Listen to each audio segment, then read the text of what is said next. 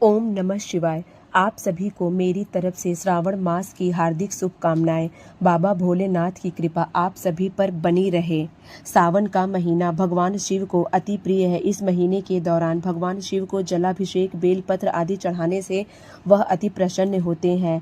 शिवलिंग की पूजा के लिए एक थाली में बेलपत्र लें और उसे चंदन से टीक लें। शमी पत्र लें, सफ़ेद मदार के पुष्प लें, मदार के पत्ते लें।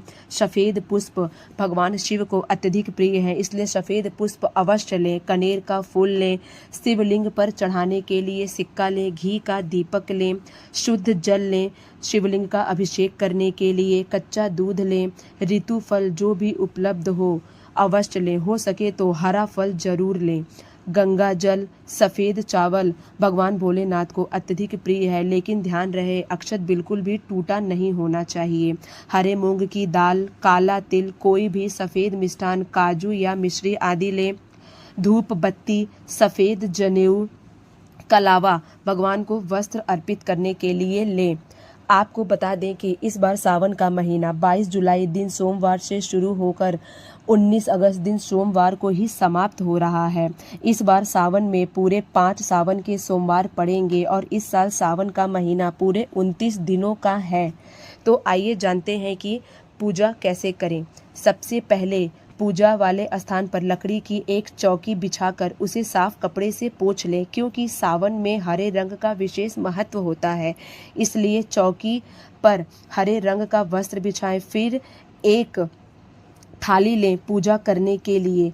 पूजा की थाली बिल्कुल साफ होनी चाहिए। थाली में बेल पत्र लें और उसकी कड़क डंडी को तोड़कर उसे थाली में रख लें।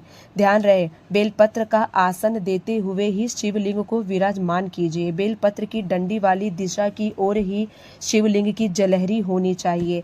अब लोटे में शुद्ध जल भरकर एक धार में ही शिवलिंग का अभिषेक करें। ध्यान रहे कि शिवलिंग का अभिषेक करते हुए जलधारा न टूटे और जलधारा बिल्कुल पतली होनी चाहिए। फिर गाय के कच्चे दूध से शिवलिंग का अभिषेक करें। फिर गंगा जल से शिवलिंग का अभिषेक करें। उसके बाद एक बार फिर से शिवलिंग को शुद्धोदक स्नान कराएं। शुद्धोदक स्नान कराना बिल्कुल भी न भूलें। स्नान कराने के बाद स्नान वाले जल को तुलसी जी के पौधे में बिल्कुल भी न डालें। तुलसी जी के पौधे को छोड़कर किसी अन्य पौधे में इस जल को डाल दें।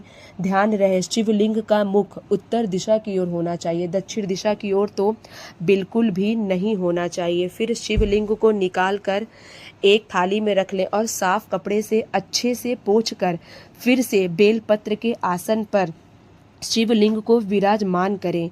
फिर शिवलिंग पर अष्टगंध से चंदन का त्रिकुंड बना लें। त्रिकुंड भगवान शिवलिंग को अति प्रिय है, इसलिए त्रिकुंड बनाना न भूलें। नंदी जी को भी चंदन का टीका अवश्य लगा दें।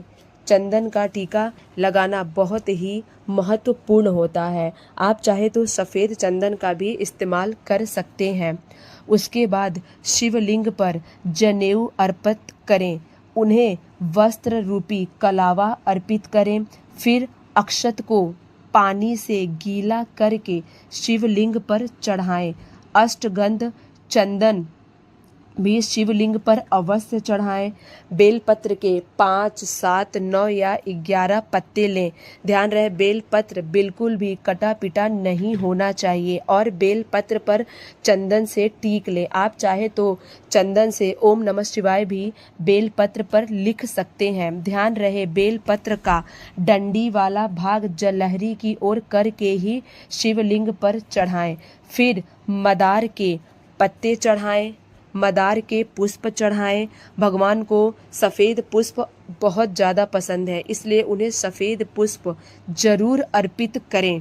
उसके बाद शिवलिंग पर शमी के पत्ते जरूर चढ़ाएं, क्योंकि ऐसा माना जाता है कि शमी भगवान अपना आशीर्वाद देते तो है ही, इसके साथ ही साथ शनि की ढैया या साढ़े सती का प्रभाव भी कम करते हैं। शिवलिंग पर सफ़ेद मिष्ठान या मिश्री का भोग अवश्य लगाएं। नंदी जी की भी पूजा करें। नंदी जी को भी वस्त्र रूपी कलावा पहनाएं। फिर शिवलिंग पर हरे मूंग का छिड़काव करें और शिवलिंग पर काला तिल जरूर चढ़ाएं। हरा मूंग और काला तिल चढ़ाने से जीवन में आ रही बाधाओं का अंत होता है। फिर दीप और धूप से शिवलिंग की पूजा अर्चना करके अपने घर की सुख समृद्धि का आशीर्वाद मांगे और सावन सोमवार व्रत कथा सुनकर या पढ़कर अपने पूजा की समाप्ति करें। बम बम भोले।